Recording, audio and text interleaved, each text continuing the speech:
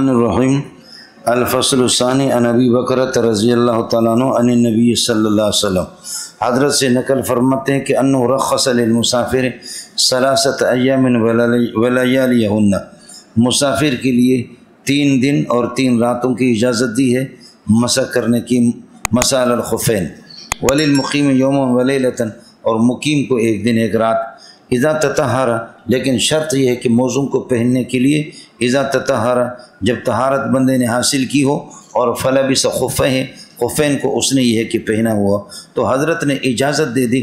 رخص کا مفعول آ گیا، رخص للمسافر ثلاثۃ ایام ولیالیہن، اجازت حضرت نے دی کہ ان یمسح علیہما، کہ ان پر مسح کرے، مفعول بہت دور آ گیا، سمجھے۔ رواہ الاسرم فی سننہ، سعید الاسرم نے اس کو اپنی سنن میں نقل کیا ہے، وابن خزینہ، ابن خزیمہ اور دار قطنی، وقال الخطابی، علامہ خطابی رحمۃ اللہ علیہ فرماتے کہ یہ حدیث وہ صحیح الاسناد، یہ صحیح السند ہے۔ ہکذا فی المنتقی، اور منتقی ابن الجارود کی ہے، اس میں بھی اسی طریقہ پر ہے۔ منڈیا تسی تے ہو یا کسی اور علاقے وچ ہو، تسی جڑا نے تے ہو جی۔ وان صفوان بن اسال رضی اللہ عنہ قال کان رسول اللہ صلی اللہ علیہ وسلم یامرنا اذا کنا سفرا، جب کہ ہم مسافر ہوں تو حضرت نے ہمیں حکم دیتے تھے، اللہ ننزع خفافنا ثلاثۃ ایام ولیالیہن، 3 دن 3 رات ہم موزوں کو نہ نکالیں۔ اب یہ ہے کہ اللہ ننزع خفافنا ثلاثۃ ایام ولیالیہن نفی ہے، الا من جنابۃ، ہاں الا ننزعہما من جنابۃ، اس بات کے بعد پھر نفی ہوگی۔ یہ عجیب اللہ کا نظام ہے، کیا کر سکتے، پاکستان کا قانون اس طرح چل رہا ہے۔ حضرت صفوان بن اسال رضی اللہ عنہ فرماتے قال کان رسول اللہ صلی اللہ علیہ وسلم یامرنا، حضرت ہمیں حکم دیتے تھے اذا کنا سفرا، جب مسافر ہو، کیا حکم دیتے تھے، اللہ ننزع خفافنا، یہ خف کی جمع ہے، اپنے موزوں کو نہ نکالے 3 دن 3 رات۔ اب یہ دیکھیے لا ننزع خفافنا، یہ نفی ہے، اب منفی کو مثبت بنا گا، الا من جنابت، ہاں جنابت کی حالت میں نکالنا ہوگا۔ الا من جنابت کا معنی ننزعہما من جنابت، جنابت لائق ہو جائے تو مسح تو آپ نہیں کریں گے، جنابت کی حالت میں تو آپ پورا غسل کریں گے، وضو بنائیں گے، ان کو اتاریں گے، سمجھے، الا من جنابت۔ اب یہ منفی جو ہے نا، لا ننزع، یہ منفی نفی، یہ مثبت بن گئی الا من جنابت، الا کے بعد۔ اب پھر یہ الا من جنابت کے بعد ولکن آ رہا، یہ پھر منفی بنے گا، لیکن استدراک کے لیے یہ منفی، ولیکن ننزعہما، سمجھے، ولیکن لا ننزعہما، ولیکن لا ننزعہما من غائط و بول، ہاں ان کو پخانہ اور پیشاب اور اللہ آپ کو بھلا کریے کہ نوم کی حالت میں نہیں اتاریں گے، یعنی اگر آپ نے موزہ طہارت کی حالت میں پہن لیا، اس کے بعد جا کر کے بڑا کر لیا یا چھوٹا کر لیا، سمجھ رہی ہے کہ یا سو گئے تو وضو ٹوٹ گیا تو وضو کر لو اور ان پر مسح کرو۔ ولیکن لا ننزعہما، لیکن یہ کہ اب دیکھیے لیکن الا من جنابت مثبت کے بعد پھر منفی ہوگا، لیکن لا ننزعہما من غائط و بول و نوم، رواہ الترمذی والنسائی۔ منڈے آئے تھے ہو یا کسی اور علاقے میں اچھا۔ وعن المغیرۃ بن شعبۃ رضی اللہ عنہ قال وضعت النبی صلی اللہ علیہ وسلم فی غزوۃ تبوک، غزوہ تبوک میں نے نبی کو وضو کرایا، اجازت ہے۔ ایک یہ ہے کہ اللہ آپ کا بھلا کریے کہ اس میں آپ کسی کے پانی ڈال کر کے اس کے ہاتھ پاؤں دھوئیں اور اس طریقے پر اس کو وضو کرائیں، وہ معذور نہیں ہے تو یہ بالکل مکروہ ہے، سمجھے۔ دوسرا یہ کہ خدمت کے طور پر آپ صرف پانی ڈال رہے اور وہ اللہ آپ کو بھلا کریے کہ کیا وضو خود کر رہا، اس کی اجازت ہے، سمجھ رہے۔ تیسرا یہ کہ معذور ہے اور اللہ آپ کو بھلا کریے وہ صحیح دھو نہیں سکتا، آپ اس کو وضو کرا دیں۔ وعن المغیرۃ بن شعبۃ رضی اللہ عنہ قال وضعت النبی صلی اللہ علیہ وسلم فی غزوۃ تبوک، کبھی فی غزوۃ تبوکن، کبھی فی غزوۃ تبوکہ، سمجھ رہی ہیں کہ تو تبوک اللہ کو تانیث بھی ہے اور علمیت بھی ہے، تانیث بھی ہے اور علمیت بھی ہے، تو غیر منصرف بھی اس کو پڑھا گیا۔ اور یہ کہ اللہ کا بھلا کریے کہ کیا ہے، اس کو علمیت بھی ہے اور علمیت بھی، اور تبوک کیا ہے، تانیث ہے، تانیث، اور دوسرا اب علمیت نہیں، تبوکن یہ قبیلہ کے معنی میں لے کر کے پھر منصرف بھی پڑھتے ہیں، تو اس لیے خیال کر لینا حدیثوں میں دونوں ہے۔ قال وضعت النبی صلی اللہ علیہ وسلم فی غزوۃ تبوک، غزوہ تبوک میں وضو کرائے، فمسح اعلی الخف واسفلہ، آپ نے خفین کے اوپر حصے کو بھی مسح کر دیا اور نچلے حصے کو بھی مسح کر دیا۔